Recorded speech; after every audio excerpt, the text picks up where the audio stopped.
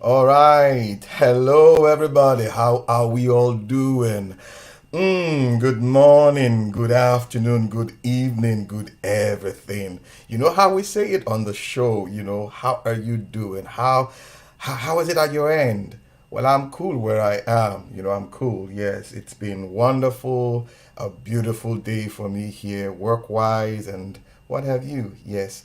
Yeah, today I have something very special, someone special, and we're going to be talking about something special. Yes. What is it, you're wondering? It's already in front of you. Platformarization. Yes.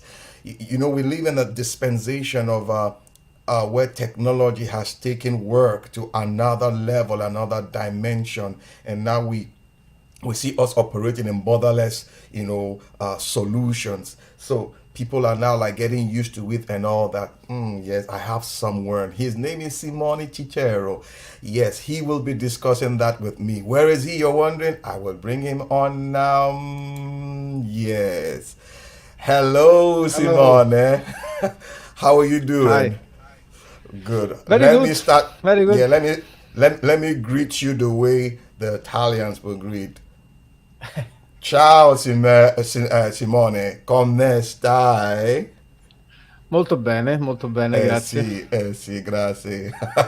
Good. Yes. So Simone is joining us all the way from Rome. So how are you, Simone? What's it like in Rome today? It's rainy. Not really Rome. It's Frascati, a small Oh, town near Rome, okay. just Yeah. 15 minutes out. And it's raining, but fine. It's great because it's third day of holiday because we had a bank holiday Bank today. holiday. So Okay. yeah. Okay. That's wonderful. So who is Simone Ticero? Let's meet Simone Ticero. Who is he? Wow. Do you want the short or the long I need the version? short. I need the short version now. The short version of Okay. Simone Cicero. See. Okay. Simone is the CEO of Boundaryless. That is the company basically developing and evolving a series of tools, design tools that Okay. people can use to basically invent business models and organizations in a way that fits with the thing you were talking about, this Yeah. platformization, the age of networks. So that's what we do basically, and that's what I'm doing. I'm the CEO of this company because I created the toolkit, the original platform design toolkit, now 7 years ago. And if you look a little bit longer terms, I was working in open source for probably something like 20 years now. Okay. First with software, then hardware, then organizations, and then ended up with platforms. Wow. Now, given from what you have said, now you've been in this for like you said, 7 years, thereabout. That tells me you've come a long way. In all of this, what informed you about Mhm. platformerization, the boundaryless solutions? What informed that? Mm. I mean, as I said, I was working with open source software for a while, and essentially, I was always about trying to convince companies that collaborative models of business and production were much more powerful than just centralizing everything inside your organization. And in the last 20 years, we have witnessed and lived through some massive shifts in terms of how we interact with each other.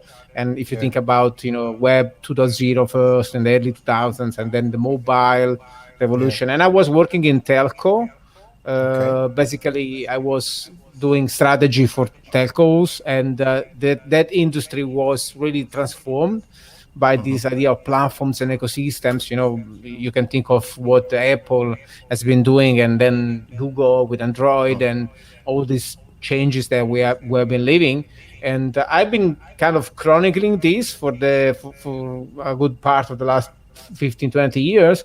And Wow. as you said, 7 years ago, I kind of tried to model it in a way that was easy for people to try to relate with. So all my work has always been about making it easy for people to engage with these things, which normally one could think of as very complex, and they are, but they are also very pervasive. So Yeah. the point that we are living now is everybody needs to deal with this, because this is how we create value, how we interact with each other in a technology powered society, which is essentially what we're living now. And this opens up lots more questions on the role of technology in how it shapes us as a society and humans.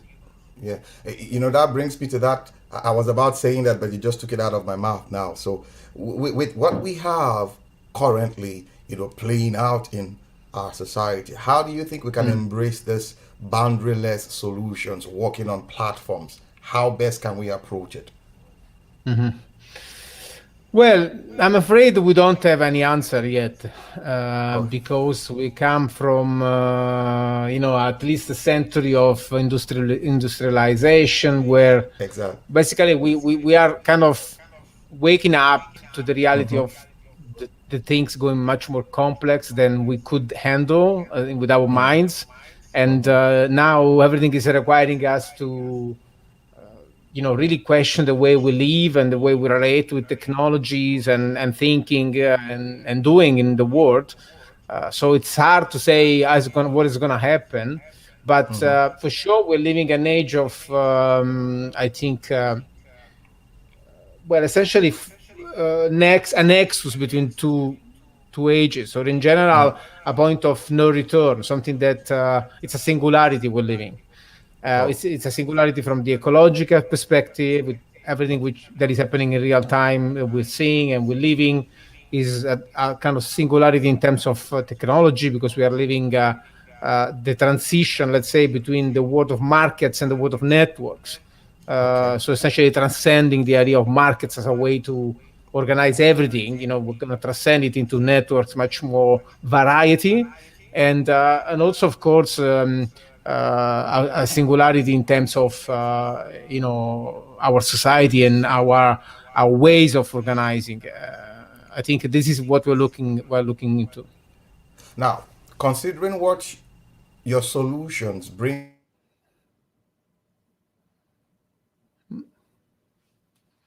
it in this going to the office, staying within a certain what have you. How do you introduce this, would I say, philosophy or mindset into the traditional way of working so that we will embrace it and more or less grow into it? How do you think we can achieve that? Mhm. I mean, part of this is going to be about essentially existing incumbents, Mm-hmm. most likely, like incumbent institutions, I would say. They will restructure themselves about the corporate world and the government world.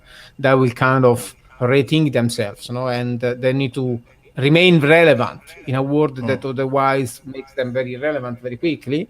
So that's one thing. One question is, how do the institutions we understand evolve?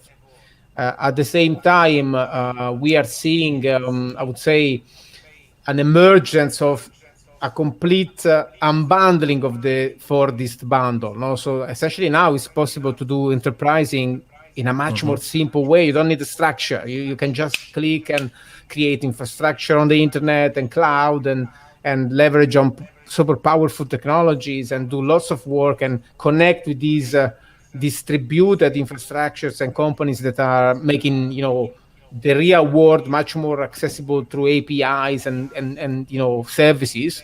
Think of, for Yeah. example, what Flexport is doing in logistics, for example, or Mm-hmm. what thousands of other companies are doing everywhere now. So this thing, but at the same time, there is a massive need to rethink some basic elements of our society, like Yeah. how do we produce food, for example, or how do we produce welfare or education, Mm-hmm. in a way that is much more plural, much more distributed. Yeah. I mean, this infrastructure, this educational, food production, energy production, small scale logistics, all this Yeah. infrastructure, these civic infrastructures, we have to Yeah. completely reinvent on a new basis. That is a Wow. basis of collaborative entrepreneurship. So it's Yeah. about how do we invest our money as a community, our energy and money and capabilities into building more resilient systems and more, I would say, more positive systems, more systems that look to enable a much broader thesis of human development than Yeah. we used to before this singularity we're talking about. So, and Yeah. that part of the economy, that part is really unclear now from 2 points of view. I think we see the potential in the technology with the Yeah. blockchains and all these things, but we don't see yet the potential in the capabilities to rebuild this world in a much more collaborative way. We don't know how to take decisions between each other in communities. We don't know how to organize. We are Yeah. not used to these type of interactions and relating with each other in these profound ways as common entrepreneurs Yeah. that I think this will take time and will take time, hopefully starting from how do we educate our kids. Unfortunately, as you know, Good. we do not much have much time because of what's happening, but at the same Mhm. time, I think there's no really shortcut, to reinvent this texture of how we live together as communities. Yeah, you keep taking that word out of my mouth each time. It's like you answer, and my questions are within your answers because I was about saying our children, how do we get this across to our children? That talks about education, the general way of learning, what we are used to. How do we have this? What I call it principles permeate into that space so that they will better appreciate it in as much as we also appreciate it. How Mm. Yes, now we heard about Facebook recently, some few days ago, talked about the change of name. I'm scaling up to Yeah, what Meta. Meta. Yes, what do you have to say about Meta? What is the game changer there? Bringing in of Meta.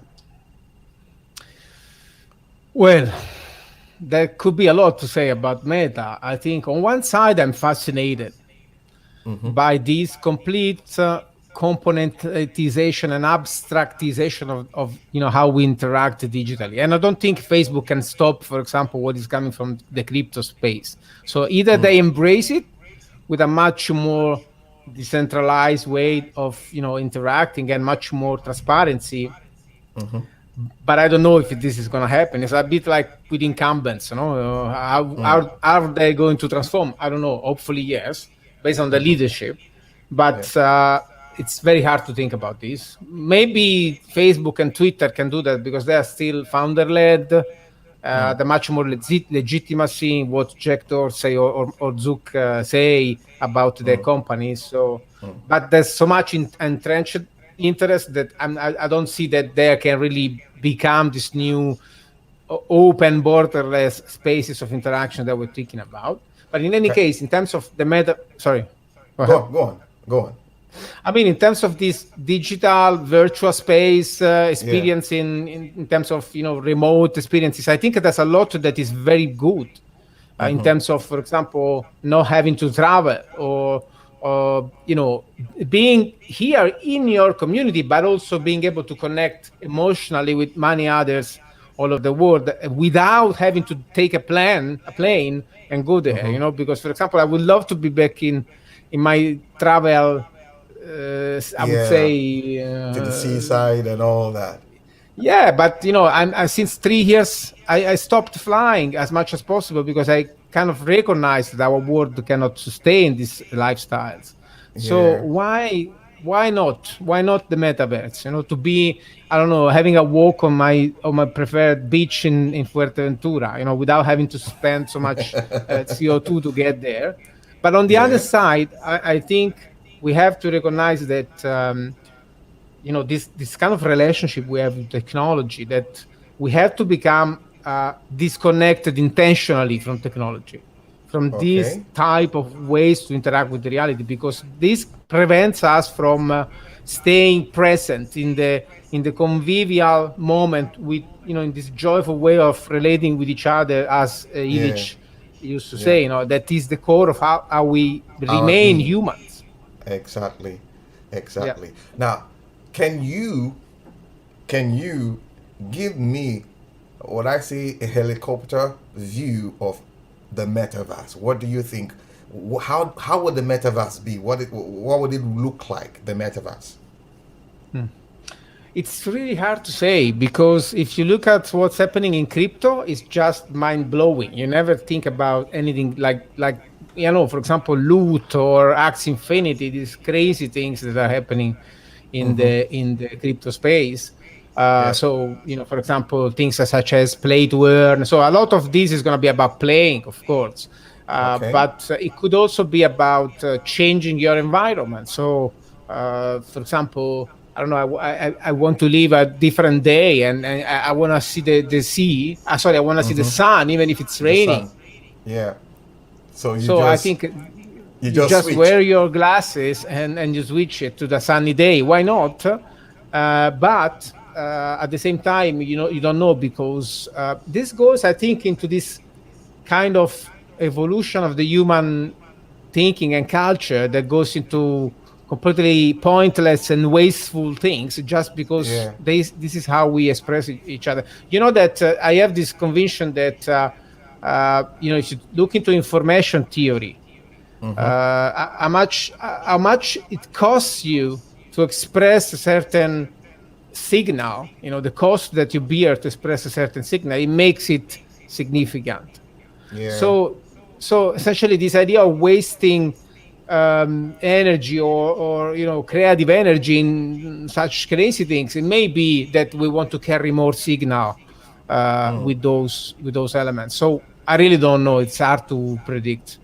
I mean, there I are can. tons of practical applications, in terms, as I said, Yeah. not traveling and also work related stuff, but doing an intervention as a surgeon, even if Mm-hmm. you're not there, as if you were there with your patient and your colleagues, I Mm-hmm. think that's gonna make a difference.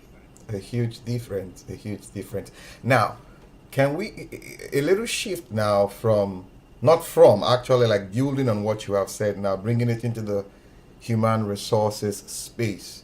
How do we implement or bring in borderless solutions, into the human resource practice? How do we achieve that? I mean, I think HR today is really living into kind of a watershed moment, because Mm. we really see that the firm is, everything that was about HR, it's kind of melting out, Yes. like benefits or learning, or Mm-hmm. I don't know, finding a job. All these Yeah. things are kind of becoming melted into the network. There are tons of services, opportunities abound. LinkedIn just last week released this gig economy Mm. platform. We're going through this idea of the great resign, the great Mm. resignation. Lots of people Mm. dropping their jobs because they don't want Jobs. to get back to the office. And I Yeah. think because they felt what does it mean to live embedded inside your family or your community, and they kind of feel like this is how you should live, much more present. Mm-hmm. And it's like we smell the end of industrialism, and Mm-hmm. now it seems that we need to go back instead of just using this as a very first step of a profound rethinking of what does work and creating value in society look like. Yeah. And now I see this conflict. HR saying, you need to go back to the office, which is crazy. And I think instead HR should really I think, embrace one thing now, that we have to figure out how to create a plural human development thesis Okay. inside organizations. So Okay. how do we make it plural for everybody to be able to show up and create value without just saying, I don't want to do this work. This work is I don't know. It's something that I can drop onto each other's onto Mm-hmm. some other person's shoulder. No, it's Yeah. much different. No, it's about creating these spaces where everybody can participate and Yeah. genuinely being excited about this, and not just thinking about this as a boring version of our entrepreneurialism that we have Mm-hmm. been living through in the last decade. And Century. and of Yep. course, And of course, this is going to be about what we were talking about. This is going to be about our education, our welfare, our energy, our agriculture. Because if it's not, it's going to be a big deal. Because if we stay disconnected from our fundamentals of our economy, we stay disconnected from our emotions. If we continue with this crazy idea that work can be one thing and producing value in a kind of organized society is one thing, and then I go back and I consume, that's going to be tragic, Wow. because there's no way that COP26 solves climate change, for example. This is completely pointless. It's not never good. It's going to come top bottom, never. So if we really have to do it bottom up, this is going to be about us and how we Yeah. make things salient in our lives. Awesome. Cicero, guys, we've been discussing with Simone Cicero on, platformarization, boundaryless solutions going forward, looking at the world we live in today. Amazing thoughts he's been dropping here and there, amazing. Yes, Cicero, before I let you go, because I know you have to catch up with family and all that, what are you up to? What are you up to, say, in the next 4 or 5 years on the platform now, as in where we are? What are you up to? I mean, I think again, two things. One thing is, if you ask me, the more rational part of myself, the more disembodied, I'm more into this building this methodology and softwares to Yeah. allow organizations to do this borderless collaboration that you speak about. So Yeah. when you increasingly said this, during the podcast, I think you're totally right. One thing that we're gonna see is, this horizontalization of the economy. We're gonna stop having this siloed, vertical, centralized things, and everything is gonna melt into an horizontal network. What does it mean? Of course, it means that you need much more diverse interactions with platforms, and not just consuming what they give you, or just producing on the other side as a supplier, but it's much more about, okay, designing those things, running those things in a much Yeah. more diverse and distributed way. So, for example, platform for, I don't know, education, that we need to be much more also owned by the people and run by the people, and this kind of much broader responsibility for us to participate. So one thing is designing these things, and we are Yeah. launching hopefully this year a project called EMCOS, that is essentially about building a network of contracting between organizations and inside organizations. So we have these theses that organizations are unbundling into small teams, and we want to Yeah. basically create this layer to let these small teams commit with each other Yeah. and create value together and distribute upsides in terms of course, profits and so on. And we are Yeah. also, of course, trying to work into understanding how does this deal with, for example, creating local money. I don't know. This is something we're gonna think about. I'm really exploring this with so many people these very Okay. days, and so that this organizational innovation doesn't just remain purely a business corporate technology, but it's really becomes something that everybody can use, and communities and new constituents can use. So that's one thing. And the other thing is re-entangling my contribution into my community and my networks. I mean, the idea to become much more about investing and to building wealth locally, possibly, instead of just consulting, for example, that I've been doing for a lot of time. So this embodiment, this way to start to mind about my business. I think Okay. this is going to be my next stage on another point of view. I mean, just to close this nice conversation we had, I think I want to quote John Norman again, that opened my eyes about this idea that if you really want to fix the big thing, you cannot really fix it. You have to fix your small thing first, and Yeah. and then possibly, if you're lucky, the big thing gets along, because everybody looks into this. It's his own, her own small thing, a family, a community, a business, a investments, and so on. Awesome. Oh my. It's been a wonderful, wonderful discussion with Simone. I'm just getting new ideas about borderless solutions and platformarization and collaboration and what have you. Simone, thank you so much for this time. Thank you for obliging, this request and coming on the Word Cafe to share with us. I hope you will give us a second chance when we call on you again to come on and let's discuss more to see the progress you have made in this area. Before I let you go, how do you say it in Italian, or how do you say goodbye? I want you to say goodbye to the audience in your own little way.